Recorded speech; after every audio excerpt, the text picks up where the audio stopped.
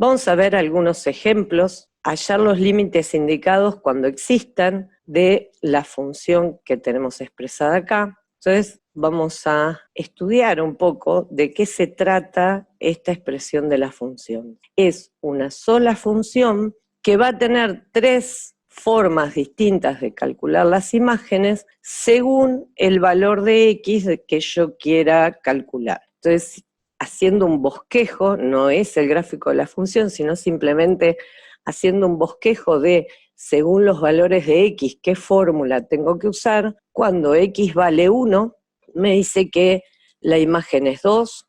Cuando X es menor que 1, me dice que tengo que calcular la imagen usando la fórmula 2x más 3, y cuando X es mayor que 1, me dice que tengo que calcular la imagen usando la fórmula 7 menos 2x. Entonces vamos ahora a estudiar los límites, que es ver el comportamiento de las imágenes, por eso necesitamos tener en claro cómo calcularlas. Vamos entonces a ver cómo calculamos o determinamos estos límites que nos piden. Traemos de nuevo el bosquejito que hicimos de cómo se comportan las imágenes o qué fórmula tengo que utilizar. Y entonces en el primer caso tengo que ver qué pasa con las imágenes de la función cuando X está lo suficientemente cerca de 3. Ahora, para estudiar estas imágenes tengo que ver qué pasa con X lo suficientemente cerca de 3, que está acá, está en la zona de acá porque X es mayor que 1. O sea que la fórmula que tengo que usar es 7 menos 2x, y cuando X está lo suficientemente cerca de 3, esta función es una función continua, el límite coincide con la imagen, entonces vale 1. En el caso B, tengo X lo suficientemente cerca de menos 2, ahora estoy en un valor menor que 1, entonces la fórmula que tengo que usar es 2x más 3, como es continua la función, el límite coincide con la imagen en el punto y nos da menos 1. En el caso que X esté lo suficientemente cerca de 1, resulta que para valores de X suficientemente cerca de 1, dependiendo de si son mayores o menores, es la fórmula que tengo que usar. O sea, tengo distintas fórmulas. Entonces no voy a tener otra opción que recurrir a los límites laterales, ¿sí? En el caso que X esté lo suficientemente cerca de 1, pero sea mayor, lo que tengo es la fórmula 7 menos 2x, y el resultado es 5. Si X está lo suficientemente cerca de 1, pero es menor, la fórmula que tengo que usar es 2x más 3, y el resultado también es 5. Con lo cual, por el teorema que vimos, que decía que si los dos límites laterales eran iguales, existía límite y valía lo mismo, podemos afirmar que el límite de la función es 5 cuando X está lo suficientemente cerca de 1. Observemos en este caso que la función no es continua en 1, porque el límite que existe y es 5 no coincide con la imagen en el punto que es 2. Vamos con otro ejemplo, bosquejar una gráfica de una función que satisfaga que su dominio sea el intervalo cerrado 0, 6, las imágenes de 0, 2, 4 y 6 iguales todas a 2, que las imágenes de F estén lo suficientemente cerca de 1, como se desee, con X lo suficientemente cerca de 2, pero menor, y que las imágenes de F estén tan cerca de 3 como yo quiera, con X lo suficientemente cerca de 5, pero mayor. Entonces vamos a empezar a bosquejar esta función. Lo primero que sabemos es que el dominio va del 0 al 6, con lo cual sé que en esta zona nada más tengo que graficar. Después sabemos que las imágenes de 0, 2, 4 y 6 todas valen 2, entonces vamos a ir marcándolas.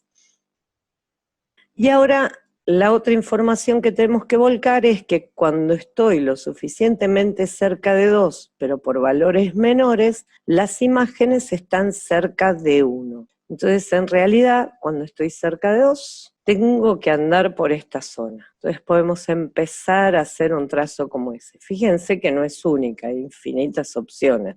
Sí tienen que estar estas cuestiones puntuales que me está pidiendo el ejemplo. Y ahora lo otro que me dice el ejemplo es que si X está lo suficientemente cerca de 5, pero es más grande, las imágenes se tienen que aproximar a 3. Y entonces podemos más o menos graficar una cosa por ahí. Ya están volcadas la información básica que me pide el ejemplo. El resto lo puedo dejar así, puedo hacer algún otro tipo de trazo tentativo, pero en realidad hay infinitas funciones que satisfacen esto, hay que hacer una de ellas, asegurarnos que esas condiciones que nos da el enunciado se están cumpliendo. Bueno, en el tercer ejemplo vamos a determinar si los siguientes límites existen o si la respuesta es más infinito, menos infinito o infinito a secas. Vamos a poner el símbolo de infinito a secas si no podemos determinar el signo, ¿sí?, de esos valores de f que se hacen tan grandes como uno desea. Entonces vamos con el primero. Si miramos cuál es el límite del denominador, como la función es continua, es la imagen en el punto y da 0. Entonces vamos a analizar el signo, ¿sí?, porque yo me puedo acercar a 0 por valores negativos o por valores positivos. Entonces vamos a analizar el signo, factorizamos la función de segundo grado, tenemos las dos raíces, su gráfico va a ser aproximadamente este, y cuando esté lo suficientemente cerca de 4, pero por valores de x menores que 4, va a resultar que las imágenes son negativas. Entonces voy a estar tan cerca de 0 como yo quiera, pero con valores negativos. Y el numerador, que es una función lineal y el límite es la imagen en el punto, está tan cerca de 7 como yo quiera, entonces cuando haga la cuenta de números próximos a 7 dividido números cercanos a 0, pero negativos, el resultado va a ser menos infinito. Vamos con el ítem B, el denominador es una función continua, el límite es la imagen en el punto, en 1 da 0, y si observamos ahora, cuando estoy con valores de x próximos a 1 pero menores que él, las imágenes se aproximan a 0 pero con valores positivos. El numerador es una función lineal, el límite es la imagen en el punto, da 1, y entonces ahora tengo números tan cerca de 1 como yo quiera, dividido en números cercanos a 0 pero positivos, el resultado va a ser más infinito. Y por último, vemos que el denominador tiende a 0, el numerador tiende a 1, pero ahora no podemos decidir si las imágenes se acercan a 0 con valores positivos o valores negativos, porque no tenemos información. Entonces, en ese caso es cuando ponemos directamente infinito. Solo podemos asegurar que en valor absoluto son grandes, pero no sabemos su signo. Y vamos a ver un ejemplo para la función racional que vemos acá, determinar para qué valores de x perteneciente a los reales resulta la función continua y justificar, y determinar si existen números en los reales para los cuales f no es continua, y en caso de que así sea, decidir si x igual a x0 es una asíntota del gráfico.